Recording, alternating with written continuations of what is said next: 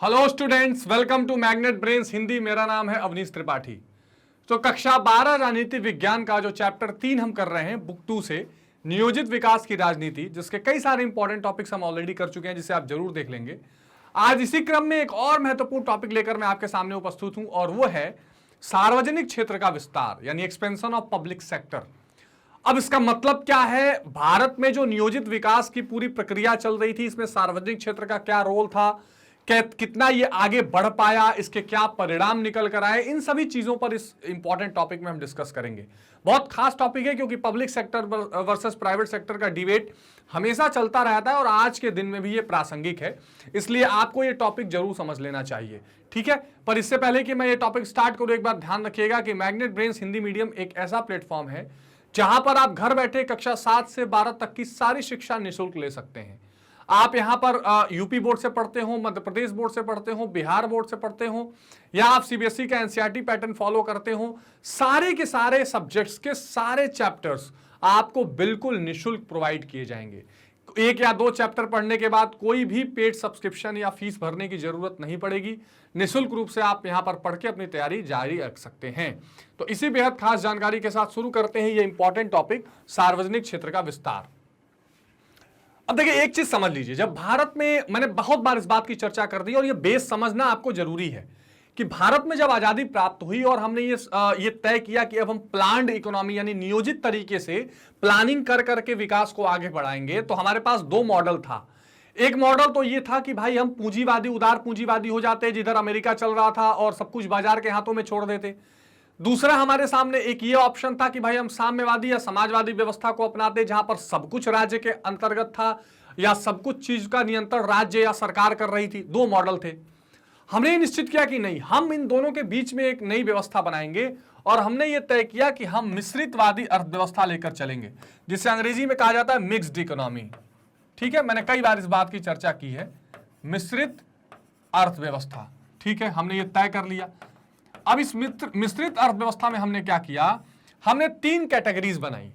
एक कैटेगरी तो ये बनाई कि भाई कुछ ऐसी चीजें रहेंगी जैसे रक्षा हो गया, न्यूक्लियर एनर्जी हो गया, रेलवेज हो गया, कुछ ऐसी कैटेगरी रहेंगी जिसमें केवल और केवल सरकार का हस्तक्षेप रहेगा, मतलब वो कंप्लीट रूप से सरकार के हाथ में रहेंगी, और ज्यादातर ऐसी इंडस्ट्रीज हो गई, ऐसे सेक्टर्स हो गए। दूसरा हमने एक कैटेगरी बनाया कि कुछ ऐसी क्षेत्र रहेंगे जिसमें केंद्र और जिसमें राज्य और प्राइवेट, निजी, दोनों मिलकर काम करेंगे।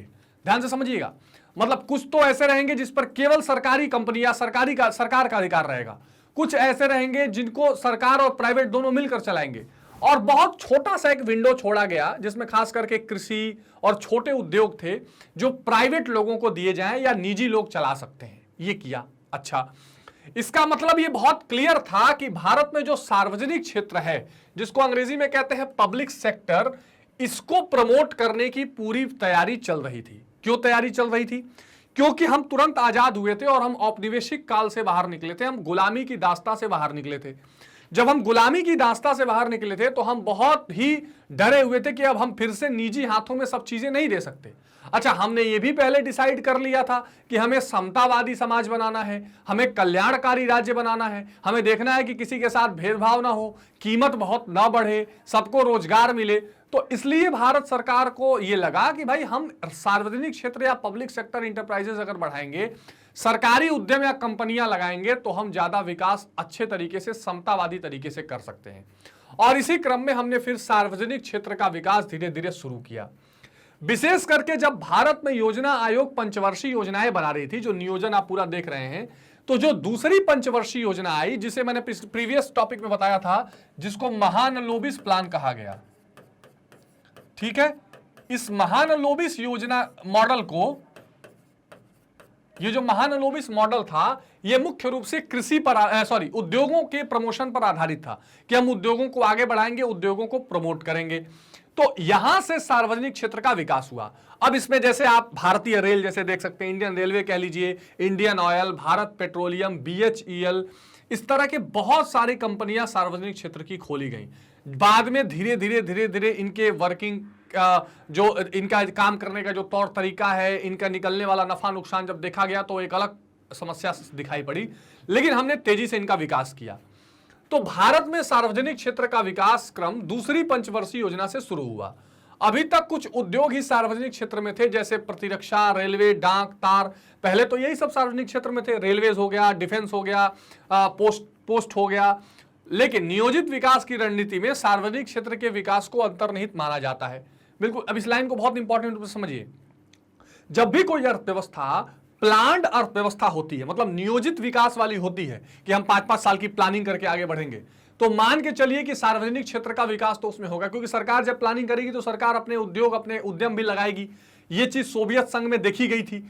तो अब ये तो तय था कि हमें अगर अब विकास करके कुछ लक्ष्य हासिल करना है तो हम प्राइवेट लोगों के भरोसे नहीं रह सकते, हमको अपनी चीजें विकसित करनी पड़ेंगी। जैसे मान लीजिए पंचवर्षीय योजना में हमने लक्ष्य रखा कि सबको रोजगार देंगे, तो आप प्राइवेट के भरोसे नहीं रखेंगे कि वो रोजगार दें, आपको अपने भी रोजगार के लिए कंपनीज और चीजें, उद्यम लगाने पड़ेंगे। नियोजित विकास के लिए अत्यंत व्यवस्थित प्रक्रिया चाहिए। बिल्कुल ठीक बात है, व्यवस्थित प्रक्रिया यानी उद्यम हो, इंडस्ट्रीज हो, ये सब चाहिए। इसके लिए प्रशासकीय संयंत्र की विस्तृत व्यवस्था भी आवश्यक है ताकि नियोजन कार्यक्रम को ठीक ढंग से लागू किया जाए। बिल्कुल ठीक बात है। तो एक जरूरत ये भी होती है कि जो एडमिनिस्ट्रेशन हो वो ठीक से काम करे ताकि जो प्लानिंग है वो इंप्लीमेंट हो। परंतु यह कहना उचित नहीं होगा कि गलत नहीं होगा कि भारत में नियोजन तंत्र इस उत्तरदायित्व के निर्वाह में पूर्णतः सफल नहीं रहा। तो ये बात ठीक है, ये कहना बिल्कुल गलत नहीं है कि जो हमारा नियोजन तंत्र या प्लानिंग पूरा इंफ्रास्ट्रक्चर था या प्लानिंग का पूरा जो सिस्टम था वो पूरी तरीके से नियोजन के बाद कार्यक्रमों को ठीक से लागू नहीं कर पा रहा था, और इसका शिकार सार्वजनिक क्षेत्र भी हुए। सार्वजनिक क्षेत्र नहीं, जो गवर्नमेंट की कंपनीज या गवर्नमेंट के उद्यम लगे। सार्वजनिक क्षेत्र द्वारा रोजगार के क्षेत्र में महत्वपूर्ण भूमिका का निर्वाह किया गया, ये बात तो ठीक है। बहुत सारी इंडस्ट्रीज लगाई गई, बहुत सारी सरकार ने अपनी खुद की कंपनी खोली और उससे बहुत सारा रोजगार सृजन हुआ, लेकिन लॉन्ग टर्म में वो आर्थिक रूप से सस्टेन नहीं कर पाया। क्योंकि आप देखिए हर चीज की एक अर्थशास्त्र में एक कंसेप्ट होता है सीमांत उत्पादकता। सीमांत उत्पादकता, जिसको अंग्रेजी में कहते हैं मार्जिनल प्रोडक्टिविटी। Marginal productivity. अब ध्यान से समझिएगा क्या मतलब हुआ, क्यों, इससे आप समझ जाएंगे कि जो सार्वजनिक क्षेत्र या सरकारी कंपनियां थी वो क्यों घाटे में चलने लगी।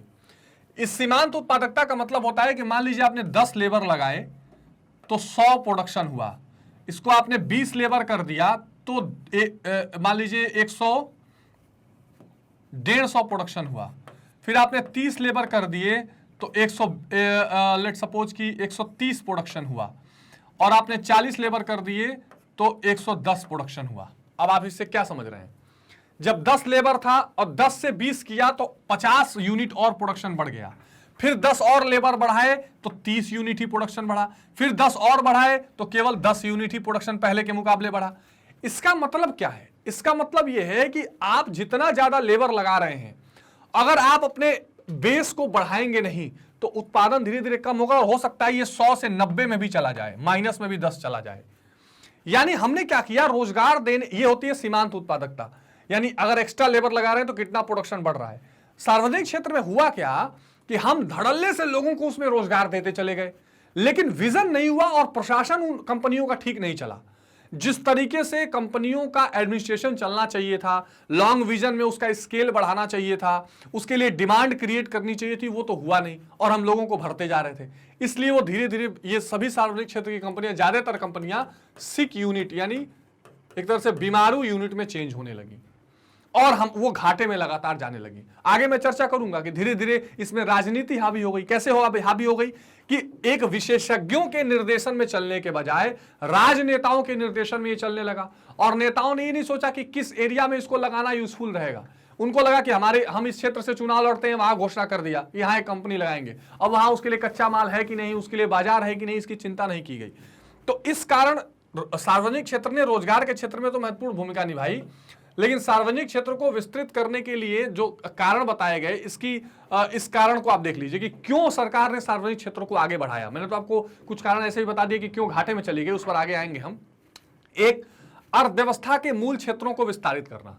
अर्थव्यवस्था के मूल क्षेत्र कौन कौन से होते हैं, मैंने फिर प्रीवियस सेक्शन में आपको बताया था। एक तो होता है प्राथमिक, ठीक, एक होता है द्वितीयक, और एक होता है तृतीयक। अब देखिए सरकार क्या चाह रही थी, ये जो प्राथमिक क्षेत्र होता है इसको प्राइमरी सेक्टर बोलते हैं, जो कृषि पर आधारित होती है। ये जो द्वितीय क्षेत्र है इसको हम बोलते हैं सेकेंडरी सेक्टर, जो विनिर्माण या मैन्युफैक्चरिंग पर निर्धारित होती है। और ये तृतीय क्षेत्र होती है सेवा, जैसे बैंकिंग, जैसे टूरिज्म, हॉस्पिटैलिटी, इंजीनियरिंग, सब कुछ। सरकार ये चाहती थी कि हम तीनों सेक्टर को देश में आगे बढ़ाएं। मान लीजिए कि कृषि है, अब कृषि में कपास उग रहा है, समझिए बात को, और आगे कोई इंडस्ट्री फैक्ट्री है नहीं, तो इस कपास का क्या होगा? तो सरकार को था कि हम सार्वजनिक क्षेत्र की इंडस्ट्रीज लगाएंगे तो ये किसानों का कपास इन फैक्ट्रीज में आएगा और कॉटन से जूट मिल या कॉटन मिल रहेगा तो उससे कपड़ा बनेगा, एग्जांपल के लिए। या चीनी उग रहा है तो शुगर मिल लगाएंगे तो वहां से चीनी का उत्पादन हो जाएगा, अगर गन्ना उग रहा है तो सरकार पहले तो इन दोनों सेक्टर को बढ़ाना चाहती थी। और जब ये दोनों सेक्टर बढ़ेंगे तो इनको बैंक की जरूरत पड़ेगी, इनको अकाउंटेंट की जरूरत पड़ेगी, इनको इंजीनियर की जरूरत पड़ेगी, तो वो सेवा क्षेत्र से आएगा। तो सरकार ने ये सोचा कि अगर हम अगर सार्वजनिक क्षेत्र को आगे बढ़ाते हैं, यानी सरकारी कंपनियों को, पब्लिक सेक्टर को आगे बढ़ाते हैं, तो जो अर्थव्यवस्था के मूल क्षेत्र हैं ये तीनों विकसित होंगे और इससे इंप्लॉयमेंट भी आएगा और हमारी जीडीपी या राष्ट्रीय आय भी बढ़ेगी। ठीक है, समझ रहे हैं, कनेक्ट कर पा रहे हैं? अच्छा, रेलवे, दूरसंचार, सुरक्षा, परमाणु ऊर्जा जैसे सामरिक दृष्टि से महत्वपूर्ण क्षेत्रों के लिए आधारभूत सामग्री उठाना। अब आधारभूत सामग्री का मतलब क्या है? जैसे मान लीजिए रेलवे का विकास करना है तो बहुत सारा लोहा चाहिए, तो आयरन एंड स्टील इंडस्ट्री होनी चाहिए, समझ रहे हैं, स्टील चाहिए, आयरन चाहिए। दूरसंचार है तो उसके जो चीजें रॉ मटेरियल के तौर पर, या जिसको एक इंडस्ट्री होती है ना, आधारभूत उद्योग, ऐसे उद्योग जिनसे फिर आगे की और चीजें बनाई जाए, तो उन उद्योगों को भी विकसित करना जरूरी था, इसलिए सार्वजनिक क्षेत्रों को बढ़ाया गया। चयनित क्षेत्रों में एकाधिकार तथा बहुराष्ट्रीय कंपनियों की शक्तियों को निर्धारित करना। कुछ ऐसे क्षेत्र थे जिसमें केवल एक ही दो इंडस्ट्री का बोलबाला था, तो वो एकाधिकार में मनमाने कीमत पर बेचती, तो उसको कंट्रोल करना था, तो सरकार को उसके सामने नई इंडस्ट्रीज खड़ी करनी पड़ती। जन उपयोग की वस्तुओं की कीमत पर नियंत्रण रखना। अब मान लीजिए, अब यहां थोड़ा सा घाटा भी हुआ। अब अगर सार्वजनिक क्षेत्र या सरकारी कंपनियां रहेंगी तो वो किसी भी आम जिंदगी में इस्तेमाल होने वाली चीजों को मनमाने रेट पे नहीं बेचेंगी। रोजगार के अवसर बढ़ाने हेतु जो रोगी उद्योग है उनको सरकारी अधिकार में लेना, तो ये सारी चीजें पब्लिक सेक्टर अंडरटेकिंग्स के को बढ़ावा देने के लिए की गई थी। अब ये रोगी उद्योग मतलब ऐसे उद्योग जो घाटे में चल रही, तो सरकार अपने कब्जे में लेकर ठीक बढ़ाएगी और उसको रोजगार लोगों को देगी। सन 1955 के आवड़ी अधिवेशन के दौरान कांग्रेस ने समाज के समतावादी ढांचे के निर्माण का संकल्प लिया था और यह कहा गया कि भारत मुख्यतः कृषि प्रधान देश है जिसका औद्योगिक आधार निर्बल है। ये देखिए बहुत इंपॉर्टेंट है ना, मतलब ये बात की गई कि भारत जो है कृषि आधारित देश है, गेहूं उगा रहा है या चावल उगा रहा है, कपास उगा रहा है, जूट उगा रहा है, मगर उसका औद्योगिक आधार नहीं है। मतलब उनका उद्योगों में, मान लीजिए गन्ना उग रहा है तो गन्ने से चीनी बनाने के लिए उद्योग नहीं है, कपास से कॉटन के कपड़े बनाने के लिए उतने उद्योग नहीं है, तो हमारा कृषि भी कमजोर होगा क्योंकि डिमांड ही नहीं रहेगी। परंतु निजी क्षेत्र के पास न तो पर्याप्त धन है और न ही प्रबंधकीय कुशलता और न ही अंतर संरचना।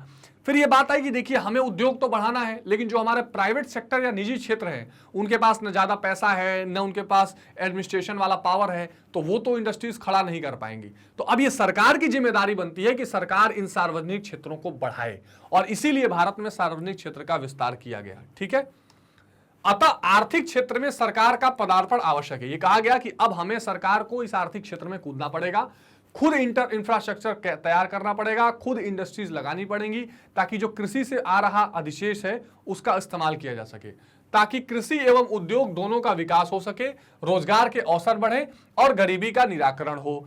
तो अगर आपसे क्वेश्चन पूछा जाए कि भारत में सार्वजनिक क्षेत्र के विस्तार के कारण क्या थे या क्यों करने की आवश्यकता पड़ी, तो आप बता सकते हैं कि आजादी के समय भारत की अर्थव्यवस्था पूरी तरह चरमराई हुई थी, रोजगार का भारी संकट था और भारत एक कृषि प्रधान देश था, लेकिन जो कृषि उत्पादन थे उसके लिए कोई औद्योगिक आधार नहीं था।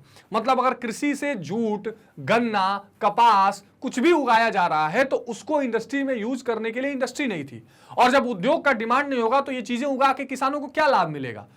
अच्छा, और निजी क्षेत्र इतना विकसित या इतना संपन्न नहीं था कि वो ठीक से उद्योग लगा पाता, और लगाता भी तो मनमाने कीमतों पर चीजों को बेचता। इसलिए सरकार ने यह तय किया कि जो मूलभूत क्षेत्र, प्राथमिक क्षेत्र या द्वितीय क्षेत्र अर्थव्यवस्था के हैं, यानी कृषि या उद्योग हैं, इनको बढ़ावा देने के लिए सरकार को खुद आर्थिक क्षेत्र में उतरना पड़ेगा। और सरकार ने यह तय किया कि अब हम सार्वजनिक क्षेत्र का विस्तार करेंगे, या मतलब सरकारी कंपनियां, सरकारी उद्योग लगाएंगे। ठीक है, आसान भाषा में समझ में गई बात, तो ये आप ध्यान रखिएगा ताकि सबको रोजगार मिले, गरीबी दूर हो सके। अब एक बहुत इंपॉर्टेंट बात चलती है पब्लिक वर्सेस प्राइवेट सेक्टर। आज भी आप देखते हैं कि लोग कहते हैं कि नहीं, कुछ लोग कहते हैं कि सब चीज को प्राइवेट कर दो, क्योंकि कोई काम ठीक से नहीं कर रहा है। कुछ लोग कहते हैं नहीं नहीं नहीं, प्राइवेट करने से क्या फायदा होगा, प्राइवेट बिल्कुल नहीं करना चाहिए, अगर प्राइवेट हो जाएंगे तो ये लोग अपना मनमाना काम करेंगे, तो हर चीज को प्राइवेट करना बिल्कुल ठीक नहीं है, ऐसी बात चलती है। तो मोटे तौर पर विकास के दो मॉडल हैं। एक, सार्वजनिक क्षेत्र अपनाने वाली व्यवस्था में व्यक्तिगत संपत्ति समाप्त कर दी जाती है और उत्पादन के साधनों का स्वामित्व राज्य के पास होता है। दो चीजें होती हैं, एक होता है ये बेसिकली क्या होता है, ये साम्यवादी विचारधारा है या समाजवादी। मतलब एक विकास का मॉडल ये है कि किसी के पास निजी संपत्ति नहीं रहेगी, सारी संपत्ति सरकार की रहेगी, वही चलाएगी।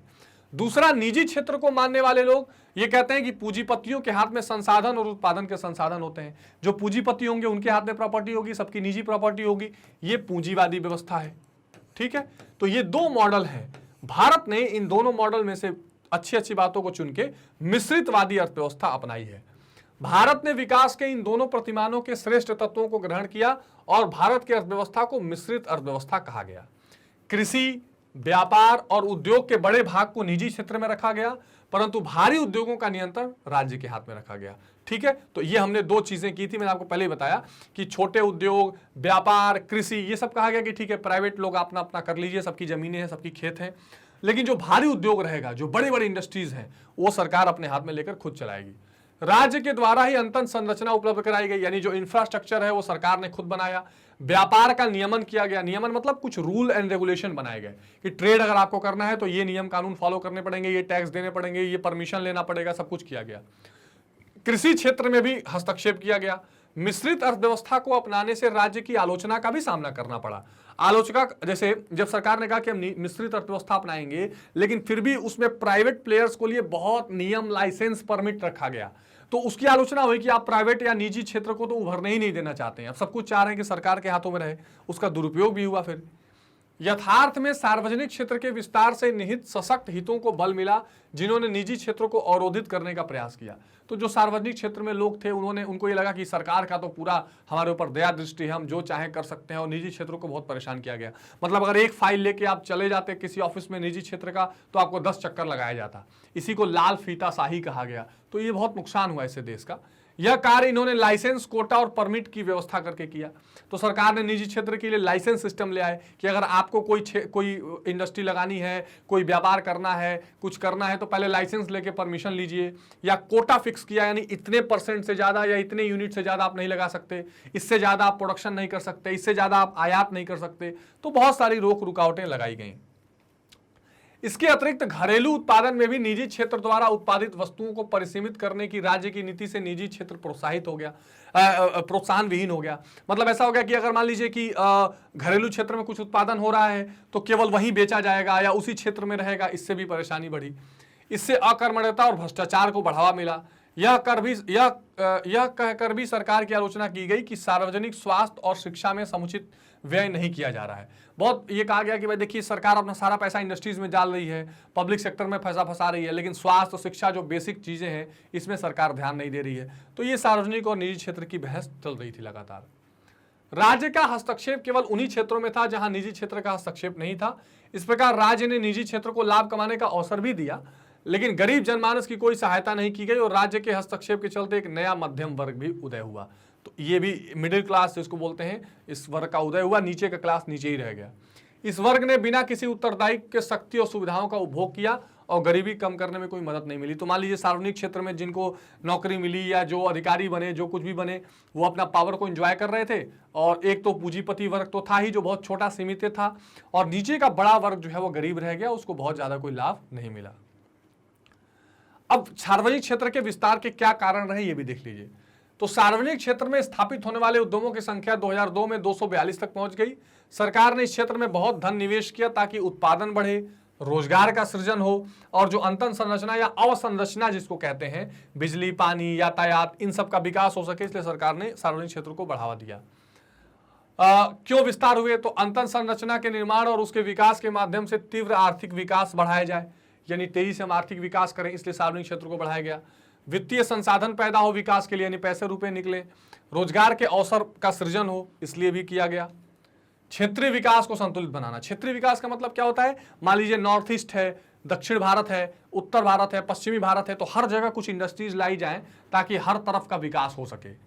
कुटीर उद्योग और इनसे जुड़े उद्योगों को विकास मिले, छोटे छोटे जो उद्योग थे। ठीक है, देश के आयात को घटाना, भाई हम बाहर से ज्यादातर चीजों को मंगा रहे हैं, अगर अपनी इंडस्ट्रीज अपनी फैक्ट्री लगाएंगे तो हमको यहाँ की चीजें ही उपलब्ध हो जाएंगी, तो इंपोर्ट या आयात ज्यादा नहीं करना पड़ेगा। इससे देश के जो भुगतान संतुलन पर दबाव बनता है, भुगतान संतुलन क्या होता है, बैलेंस ऑफ पेमेंट, जितना पैसा आपको बाहर देना है और कितना लेना है इसका एक लेखा जोखा होता है। तो अगर आप ज्यादा आयात करेंगे तो आपको ज्यादा पैसा देना पड़ेगा, तो वो दबाव कम करने का प्रयास था।